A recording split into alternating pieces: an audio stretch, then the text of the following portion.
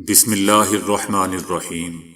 السلام علیکم دوستو، دنیا بھر کی خبروں میں آج آپ سنیں گے، لیکن اس سے پہلے اگر ہو سکے تو لائک اور سبسکرائب کا بٹن ضرور دبا لیں۔ شکریہ۔ امریکہ کے روس پر ریمارکس۔ ایران کے ساتھ معاہدے کی بحالی ابھی بہت دور ہے۔ امریکہ۔ دہلی میں خوفناک آتش زدگی، 30 افراد مارے گئے، اموات میں اضافے کا خدشہ۔ اگلے 48 گھنٹوں میں اہم اعلان کریں گے: خواجہ آصف۔ الیکشن کی تاریخ نہ دی گئی تو اسلام آباد آنے والا سمندر اس بدبودار حکومت کو بہا لے جائے گا: وزیر اعظم عمران خان۔ فوج کو کمزور اور بے خبر سمجھنے والے عقل کے اندھے ہیں: وفاقی وزیر شیخ رشید احمد۔ تو آئیے چلتے ہیں اب خبروں کی تفصیل کی جانب۔ امریکہ نے الزام عائد کیا ہے کہ روس یوکرینی شہریوں کو روس یا اپنے زیر انتظام علاقوں میں زبردستی منتقل کر رہا ہے۔ امریکہ کی جانب سے یہ ریمارکس یوکرینی حکومت کے ان الزامات کو تقویت دیتے ہیں جن کے مطابق 12 لاکھ یوکرینی شہریوں کو روس یا روس کے زیر انتظام علاقوں میں زبردستی لے جایا گیا ہے۔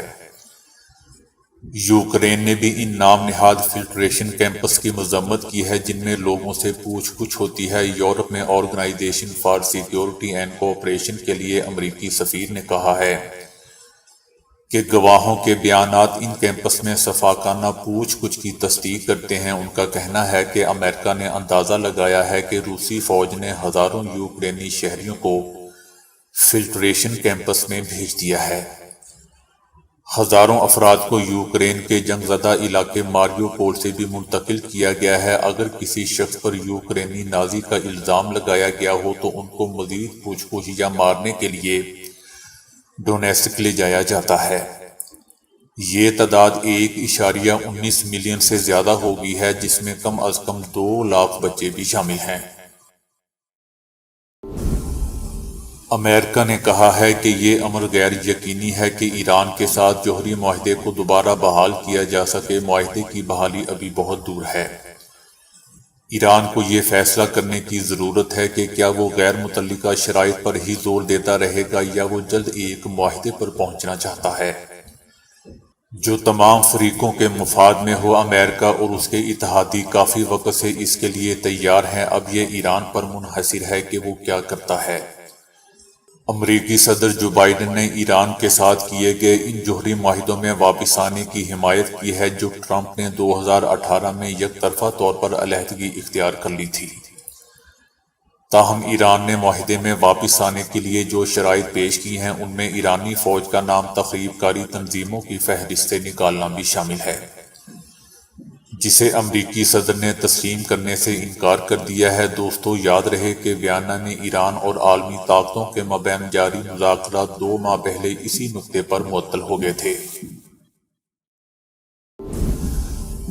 دہلی میں ایک میٹرو اسٹیشن کے قریب ایک تجارتی عمارت میں خوفناک آگ لگنے سے کم از کم 30 افراد مارے گئے ہیں اور 30 افراد زخمی ہوئے ہیں۔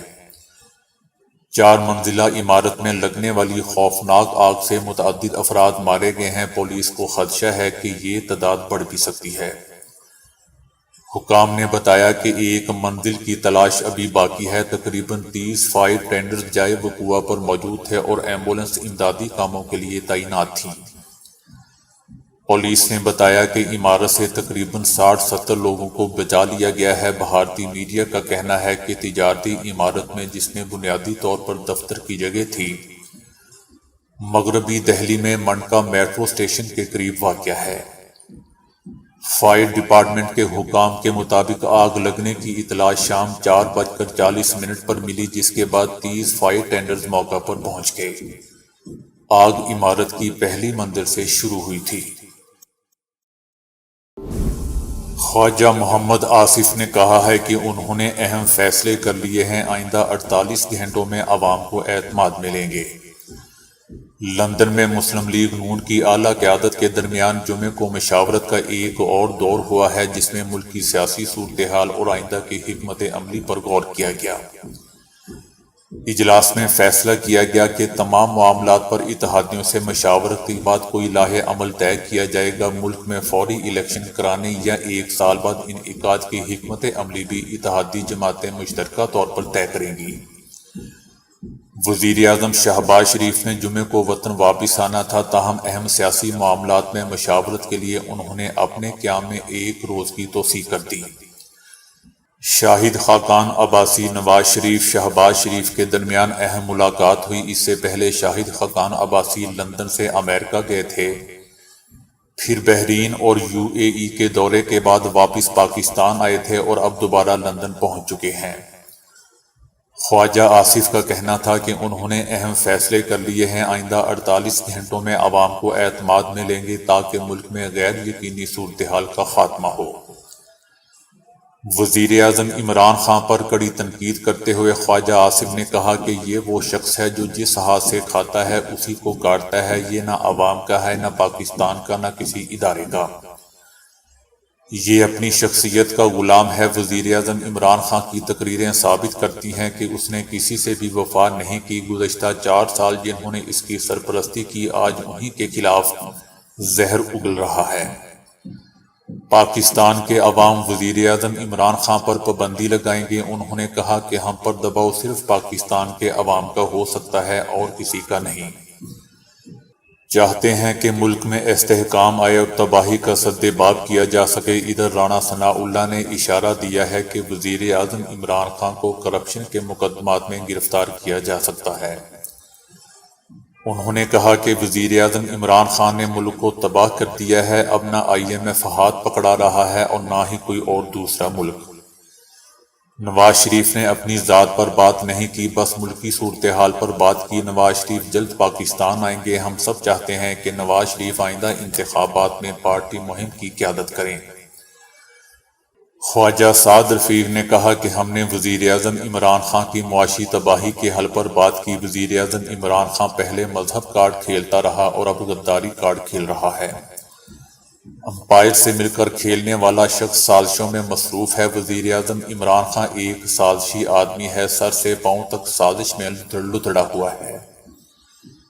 جب اسے سپورٹ مل رہی تھی تو سب ٹھیک تھا، جب اداروں نے کہا کہ اب ہم نیوٹرل ہیں، آئین کی بالادستی چاہتے ہیں، تو وزیر اعظم عمران خان آپے سے باہر ہو گئے۔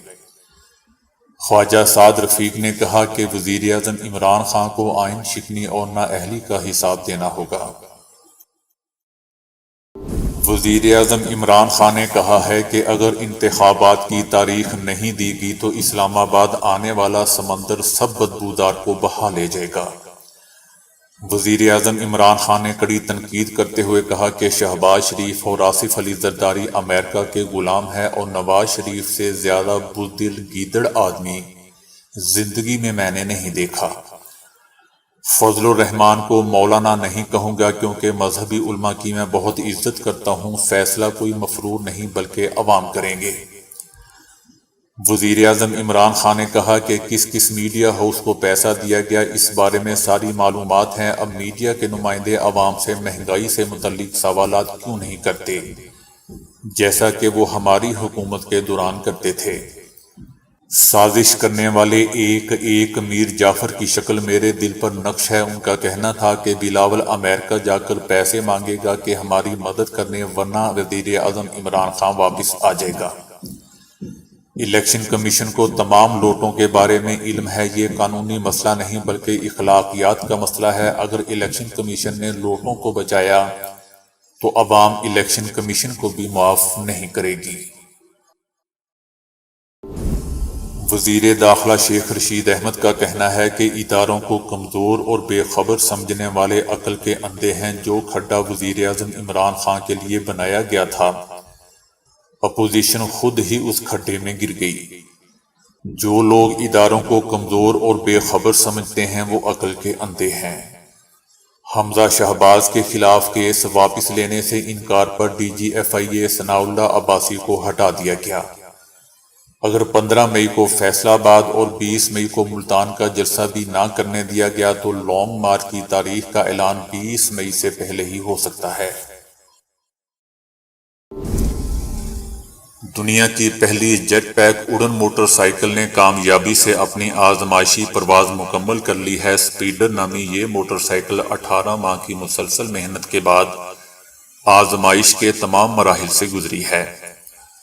اسے کیلیفورنیا کی جیٹ پیک ایوی ایشن کمپنی نے بنایا ہے، جو دنیا کی پہلی اڑن موٹر سائیکل بھی ہے۔ اسے بنانے کا مقصد یہ ہے کہ موٹر بائیک جیسی ایک سواری بنائی جائے جو vertical take of and landing انداز میں بلند ہو۔ اس میں دنیا کا جدید اور مختصر ترین جیٹ انجن بھی نصب ہے، جس میں 2 افراد بھی بیٹھ سکتے ہیں۔ ہوا میں بلند ہوتے ہی اس کا برقی نظام اسے دوران پرواز ہموار رکھتا ہے۔ اس کی رفتار اور اڑان قابل رشک ہے، جس کے لیے ایک الگورتھم اور سافٹ ویئر بنایا گیا ہے۔ کمپنی کے مطابق اس موٹر سائیکل پر سفر عام سواری جیسا ہی ہے، لیکن زمین پر نہیں بلکہ ہوا میں پرواز کا لطف لیا جا سکتا ہے۔ یہ 150 میل فی گھنٹے کی رفتار سے اڑ سکتی ہے اور زیادہ سے زیادہ 15,000 فٹ بلندی پر پرواز کر سکتی ہے۔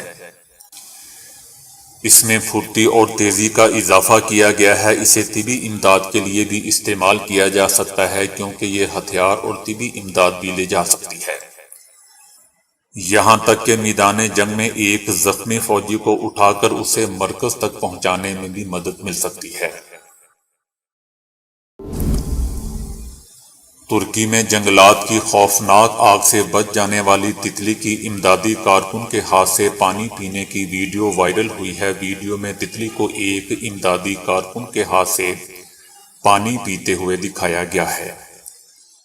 یہ تتلی جنگلات کی آگ سے متاثرہ جنوبی بحیرہ روم کے علاقے سے یہاں پہنچی تھی۔ ترکی میں مختلف NGOs کی جانب سے جنگلات کی آگ سے متاثرہ علاقوں میں جانوروں اور پرندوں کی مدد کے لیے فیلڈ ہاسپٹل بھی قائم کیے گئے ہیں۔ واضح رہے دوستوں کہ ترکی کے جنگلات میں گزشتہ ہفتے لگنے والی آگ کے باعث مختلف حادثات میں 8 افراد مارے گئے تھے۔ ترک حکام کا کہنا تھا کہ آتش زدگی کے نتیجے میں 180 سے زائد افراد زخمی بھی ہوئے تھے۔ اس کے علاوہ آگ پھیلنے کے خدشے کے پیش نظر انطالیہ شہر میں 18 جبکہ ادانا اور مرسل میں 16 کے قریب دیہاتوں کو خالی کروا لیا گیا تھا۔ ترک انتظامیہ نے خدشہ ظاہر کیا ہے کہ آگ جان بوجھ کر لگائی گئی ہے، جس کی تحقیقات جاری ہیں، جبکہ صدر اردوان نے بھی ذمہ داروں کے خلاف کارروائی کی ہدایت کی ہے۔